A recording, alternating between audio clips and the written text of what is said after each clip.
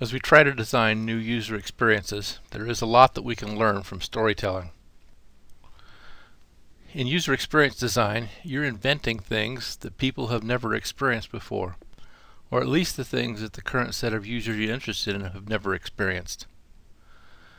You have to share that experience with people who do not yet have the vision that you have for how this is going to work. Storytelling can inform how we actually do that.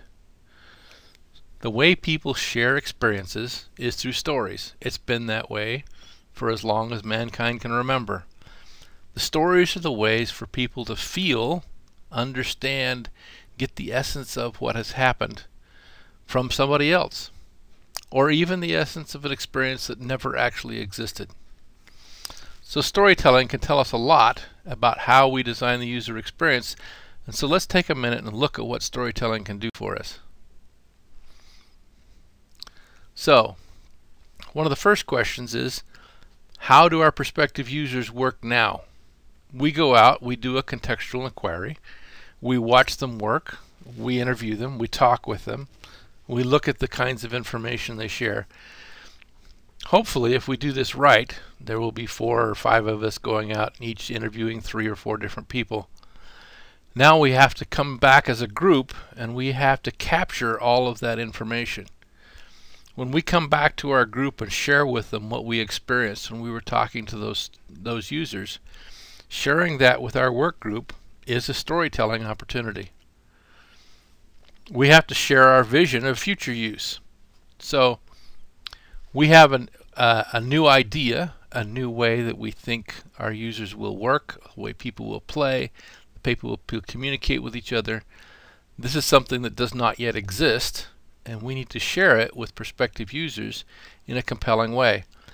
If we don't share it in a compelling way, they can never respond to it and tell us if we're on the right track or not. And what we really don't want to do is build something from scratch with no feedback from our users. So telling that story is important. Now, another part of this sharing this vision is that we need to produce these rapidly. If we're going to do a good design process, we're going to generate hundreds and hundreds of ideas and maybe introduce them to our group, half of those. So we're still looking at 50s and hundreds of ideas. We need to be able to produce these stories very, very quickly. This is almost an extemporaneous storytelling exercise as we're doing our user experience design. The last thing we need to do is we have created our user experience. We've built a prototype. We have something that we're going to take out, and we take it out and try it out with 10 or 20 people. And we need to bring that back and share that with our work group and our design group so that they understand what the experience was that the users were having. Because without that understanding, we won't be able to have a fruitful design discussion. So storytelling has an integral part of user experience design. The key to storytelling is we really have to distill the essence of an experience. So a great storyteller does not give you the full experience. A great storyteller gives you to the key parts, the things that really makes you understand the choices you had to make, the conditions that were important for those choices. So let's take an example. Suppose that you served for 6 months in a war and you wanted to come home and share that experience with people. First thing is they don't want to spend 6 months listening to you. If we share an experience with the people, what we're doing is we are condensing down to the essential points. So there may have been hours and hours and hours and hours and hours and hours where you were on guard duty and nothing happened. The last thing we want to do is have, for the sake of realism, have the people we're sharing this experience with endure those. So we need to be able to condense it down and get out the essence of what we're really trying to share. The key to storytelling, and the reason people listen to stories, is it allows them to gain insight and lessons from our experience without having to relive the same time. We don't want to spend the months. We want to get the key parts in much less than that. And that's what great storytelling does. That's why we want to use it as part of our user experience design.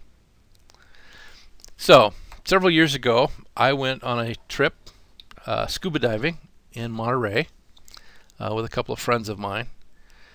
This scuba diving trip probably took somewhere between 4 and 6 hours on a particular day. And everything that could have gone wrong went wrong. And over time I have shared this story with friends, and we've talked a lot about what happened. But every time I tell the story, that 4, 5, 6 hours is about 5 minutes. So we dived, we got lost. No one wants to listen to, and I was crossing over the sand, and then I saw a seaweed, and then I saw a rock, and then I saw another rock. What they want is they want the key things that made this story interesting. Like, we landed, we were lost, we stopped to find out where we were, and my scuba tank went floating past me, completely detached from my body except by my teeth. Now, I could say a lot of things about that scuba tank, but as I've told this story to people, if I tell them that it was only attached to me by my teeth, they really get the point. They really get the idea that I'm way under the water and my only source of air is not very well attached. But I didn't spend a lot of time telling them that. The other thing we have to do is you can't just tell the bare facts. So for example, I could sit down and I could say, we went down the anchor chain, we turned the wrong way, we swam a long ways. In the process, I lost my tank, but I got it back again. Randy was scared by a sea lion that was right behind him. We came up, we were a half-mile from the boat, and we swam. When we got back, the boat didn't work, and the boat didn't work again, and then we got seasick, and then he took us back, and my keys were locked in the car, and I had to go to the airport to get them.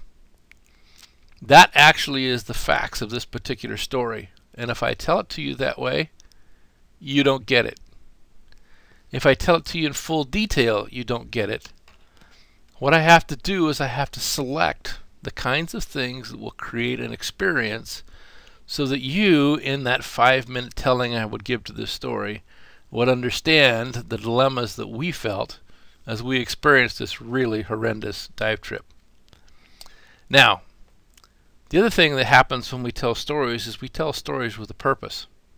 Usually when I tell this story, we're sitting at dinner, and the purpose is to share an anecdote, enjoy a time, and to get a really good laugh.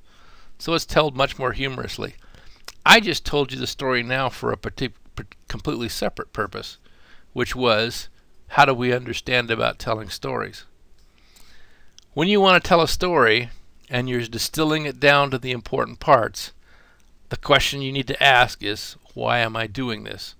What is the purpose for telling this story? And have I selected the details that will set that purpose? Okay, with this in mind, let's look at the structure of stories.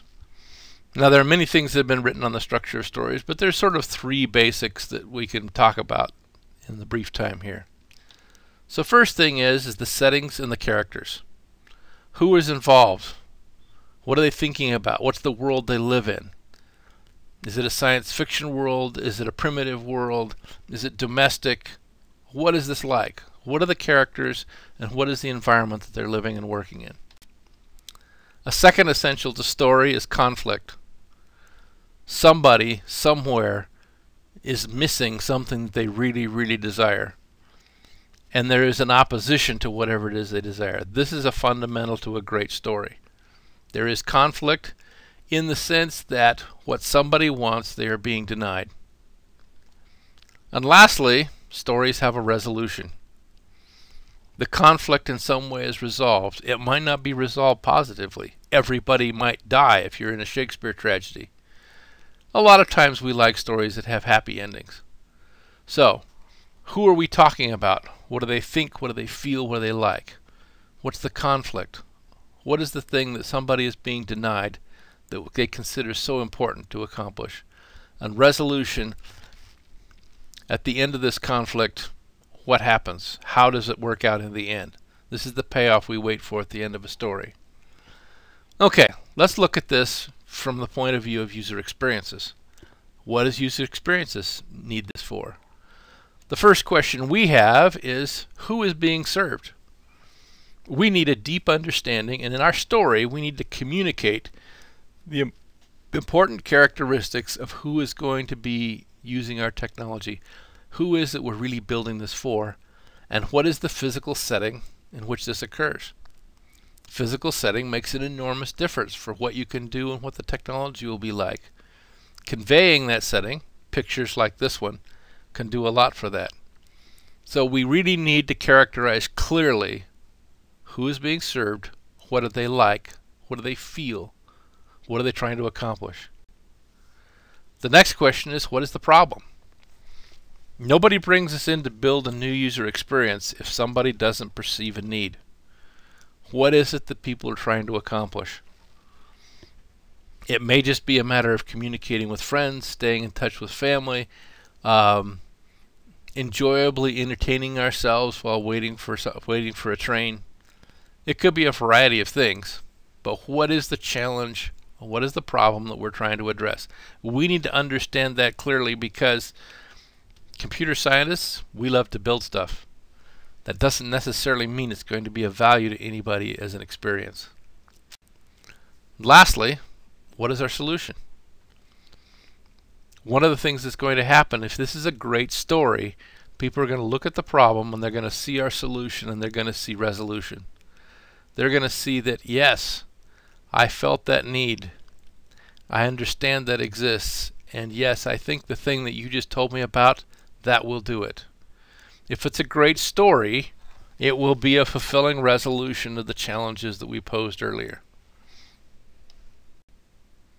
So in summary, storytelling and user experience design. Number one, selectively distill the essence. What are the key ideas of this experience that people need to know? Not every excruciating detail. Good judgment of distilling the essence while still conveying the experience is really important. Number two, who and where do we serve? This experience is going to accomplish what, for who, and in what setting. The setting, the way they use it, who they are, how they feel, what their motivations are, these are all important, and we need to carefully characterize them. Conflict. What is the problem? What is it we're really trying to solve? We want to set up this problem so when people listen to our user experience story, they go, oh yeah, that is an issue. It would really be of value if we could get that resolved. And lastly, we provide resolution. What is it in the end is actually going to solve this problem? What is our solution? And if I tell you this story and I show you this new technology, then you should understand and say, ah, that would be great. If we get that response from enough users, then we know what we need to build. That's User Experience Stories. Thank you for listening.